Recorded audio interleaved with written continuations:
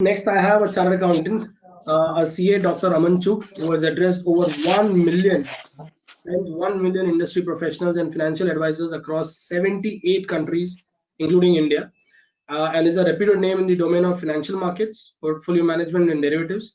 Has gained experience while working with PwC, EY, Dubai, GE, and ICICI Bank in varied profiles of investment banking, corporate banking, and whatnot. I mean, it's amazing, and he's been a consultant and trainer to Fortune 500 corporates. His only doctorate on currency derivatives. I think that's a big achievement on something that we chartered accountants usually leave it an option. Derivatives. He's done a doctorate in that. So that's a pleasant thing that we come across. And he's also fondly called as guru of financial markets and father of financial planning, portfolio management, derivatives. He commands over 1.2 million searches over Google with a huge fan following over social media as well. So let's put your hands together to welcome this personality amongst us. Welcome, Amanji.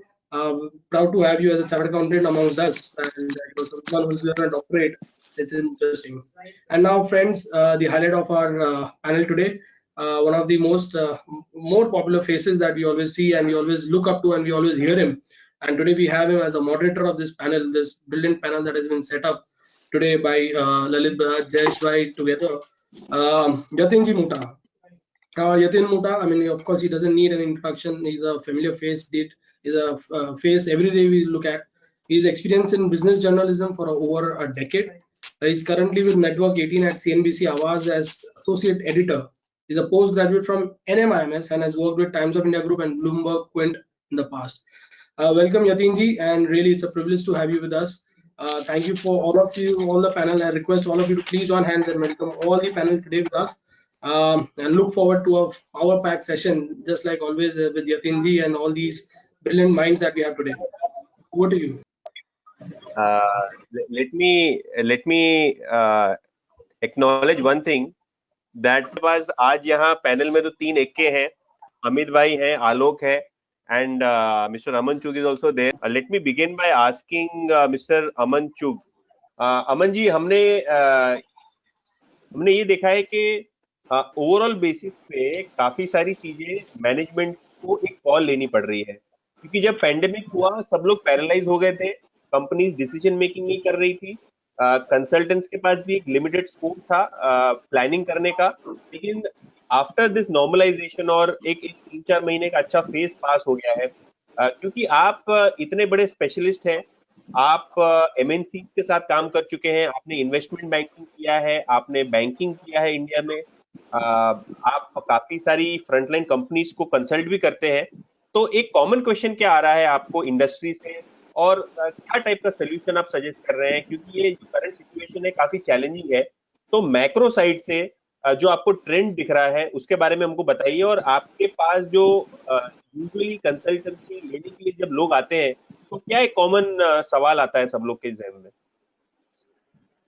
I think जो phase है ना, जो corporate world has realized that maybe while they were stated in large urban areas, so one shift is they are trying to move to semi-urban places. मैंने ये observe किया है कि उनका जो mindset है, so one mindset is they are trying to move from the urban to the semi-urban locational advantage. Second, government ने जो अभी SEZs बनाने की बातचीत शुरू हो गई है, and the government is trying to woo the investors coming from abroad, although हम उतना encash नहीं कर पाए, but उसके कारण in fact a lot many e-commerce companies have also thought and realized कि जो last mile डिलीवरी के लिए वेयर हाउसेस सेटअप करने चाहिए. सो जैसे अमित जी बता रहे थे रियल एस्टेट के बारे में, तो मैं यहाँ पे एक वर्ड ऑफ कॉशन के साथ शायद ये भी बताना चाहता हूँ कि रियल एस्टेट में ऐसा ना हो कि कॉमन इन्वेस्टर वो 2 बेडरूम फ्लैट या 3 बेडरूम फ्लैट ले ले, क्योंकि रीजन क्या है कि जैसे हर इश्क का एक समय होता है ना, तो ऐसे हर एसेट क्लास का भी एक समय होता है.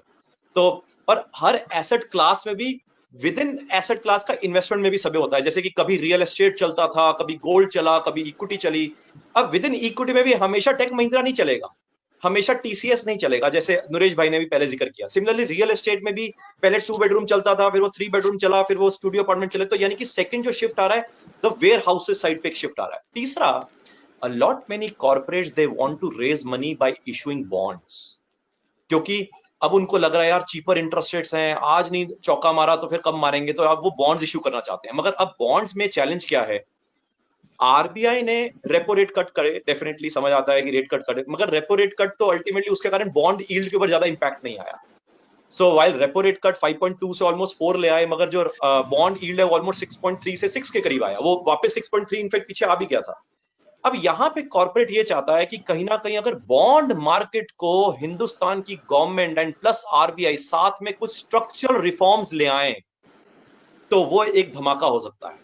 सो यानी कि it is not about only the Atmanirbhar Bharat, it is not about the only make in India Bharat, it is about bringing a lot of funds so that the funds accessibility by the corporates become cheap. अब यहाँ पे जब corporate bond में issue करना चाहता है और वो चाहता है कि आम पब्लिक सब्सक्राइब करे, तो जैसे शेयर मार्केट का इंडेक्स है जहां पे शेयर मार्केट लोग खरीद बेच सकते हैं, बॉन्ड के लिए खरीदने बेचने के लिए कोई मार्केट ही नहीं है, मार्केट है मगर लिक्विड नहीं है। तो वहां पे मेरे को 5 साल 10 साल वेट करना पड़ता है, और जिसने बॉन्ड खरीदा होता है वो भी लॉन्ग टर्म, कभी तो करण अर्जुन आएंगे और वेट करता रहता है बेचारा। तो इसलिए उसको क्या लगता है, उसको लगता है भाई जल्दी आ जाओ करण अर्जुन। तो इसलिए इंडिया को भी यहां से एक स्ट्रक्चरल रिफॉर्म लाना पड़ेगा, जैसे China world government bond index को लिस्ट कर रहा है, इंडिया को भी अपने गवर्नमेंट सॉवरेन बॉन्ड को इंडेक्स पे लिस्ट लाना पड़ेगा। एक बार वो हो जाता है उसके कारण इंडियन बॉन्ड मार्केट में लिक्विडिटी आएगी और वहां से कॉर्पोरेट बॉन्ड मार्केट इवॉल्व होएगा। ये तीसरी एक्सपेक्टेशन है इंडियन कॉर्पोरेट हाउस की। चौथा, हम सब जानते हैं कि एमएसएमईज के ऊपर एक बहुत ज्यादा फोकस है, एंड वहां पे शायद अगर मौका मिलेगा, अगर कोई सवाल होएगा मॉनेटरी पॉलिसी के ऊपर, मैं वहां पे थोड़ा जिक्र कर पाऊंगा कि अभी आरबीआई ने रेपो रेट कट नहीं किया और उसने क्या क्या स्टेटमेंट दी, उसके कारण क्या क्या बुलिश ट्रेंड आए। मगर वहां पे मैं रिस्ट्रिक्ट करते हुए सिर्फ यहाँ पे ये कहना चाहता हूँ कि जो एमएसएमई साइड पे भी हम हिंदुस्तान को आज तक इतने सालों से ना कंजम्पशन ड्रिवन इकोनॉमी चला रहे थे, और हमें शायद अब रियलाइज हो गया कि हमें इन्वेस्टमेंट ड्रिवन इकोनॉमी चलानी पड़ेगी, क्योंकि कंजम्पशन ड्रिवन इकोनॉमी में हम टेक ऑफ नहीं कर सकते, हमें इन्वेस्टमेंट ड्रिवन इकोनॉमी में ही टेक ऑफ हो सकता है। मगर आज अगर हम इन्वेस्टमेंट ड्रिवन इकोनॉमी करेंगे तो कंजम्पशन हिट होती है, और ये भी कॉर्पोरेट्स जो एमएनसीज हैं या जो इंडियन लार्ज कॉर्पोरेट्स हैं, उन्होंने रियलाइज कर लिया है कि हम भी कंजम्पशन बेस पे नहीं चल सकते, सस्टेन नहीं कर सकते। बार बार वही वार्तालाप की 70% of Indian population is between the age of 18 to 35, domestic consumption बहुत ज्यादा पैसा वगैरह वगैरह। वो कहते हैं भैया इन्वेस्टमेंट ड्रिवन चाहिए, और इसलिए आपने देखा होगा ये जो यूपी है, बिहार है, हर कोई कहते हैं आओ जी invest in UP, invest in Bihar, invest in West Bengal, और वहां पे इन्वेस्टमेंट ड्रिवन का फेज में थोड़ा सा पिंच होएगा हम सारों को, क्योंकि हमने आज तक कंजम्पशन ड्रिवन ग्रोथ देखी। इन्वेस्टमेंट ड्रिवन में क्या होएगा, समय लगेगा, कंजम्पशन ड्रिवन ग्रोथ थोड़ी हल्की होएगी, हम डर जाएंगे, जीडीपी नंबर्स खराब आ रहे हैं, आईआईपी प्रोडक्शन उतना अच्छा नहीं आ रहा। मगर कहीं ना कहीं अगर वो स्ट्रक्चरल रिफॉर्म्स, वो लैंड का, वो लेबर का, वो एग्री का जो अभी निकाला, और ये जो फाइनेंशियल सेक्टर का रिफॉर्म्स या रियल एस्टेट के रिफॉर्म्स, अगर ये सही तरीके से सिनर्जाइज कर दिए जाएं, तो I think the next growth would be investment driven growth, and that is what the MNCs are looking forward. So in a nutshell, 3 major chunk: one, moving from the urban to a semi urban, क्योंकि उनको लगता है कि सारे लोग अगर बॉम्बे चले जाएंगे तो बॉम्बे के फ्लाईओवर टूट जाएंगे, तो इसलिए लोगों को वहीं पे रोके अपने अपने शहर में कि भैया बॉम्बे मत जाओ, कि फ्लाईओवर भी टूट रहे हैं, वहां पे पोल्यूशन भी बढ़ रही है, एजुकेशन भी महंगी हो रही है, लोग फ्लैट पे फ्लैट ऊपर बढ़ रहे हैं, एनवायरमेंटल पोल्यूशन है वगैरह वगैरह। तो इसलिए खुली हवा में सेमी अर्बन पे फैक्ट्रीज डाली जाए। दूसरा, लास्ट माइल रिजॉर्ट पे, वहां पे वेयर हाउसेस की डेवलपमेंट, एसईजेड्स डेवलपमेंट, यानी कि लोकल एरिया पे एसईजेड्स, एसटीपीआईज। थर्ड, ये सारे कॉर्पोरेट्स को पैसा चाहिए और पैसा बैंक नहीं देना चाहता, या शायद जो भी चैलेंजेस हमने देखे इंडियन बैंकिंग सिस्टम में, तो कॉर्पोरेट कहता है कोई बात नहीं यार, मैं अच्छा काम करूंगा, मैं बॉन्ड से रेस करूंगा, मगर मेरे को बॉन्ड मार्केट अच्छी एस्टेब्लिश कर दो, जिसके लिए इंडिया को ये structural reform government bond index list कराना पड़ेगा। और चौथा, ये जो पूरे स्ट्रक्चरल रिफॉर्म्स हैं जिसके बारे में मैं थोड़ा जिक्र कर रहा था, अगर ये सारी चीजें हो जाती हैं तो that is a real expectation of the MNCs, and उनके सहारे एमएसएमईज भी थोड़ा अच्छा हसीन पिक्चर देख पाएंगे। ये तो काफी सारी चीजें आपने हमको दे दी पॉन्डर करने के लिए अमन जी, और देखते हैं क्या होता है। होपफुली ये जो नई गवर्नमेंट है थोड़े कदम उठा रही है, एंड आई होप जैसे कि आपने कहा कि वो अगर सिनर्जाइज हो जाए और इन्वेस्टमेंट साइकिल एक बड़ा शुरू हो जाए तो हमको लॉन्गर टर्म में बेनिफिट मिलेगा।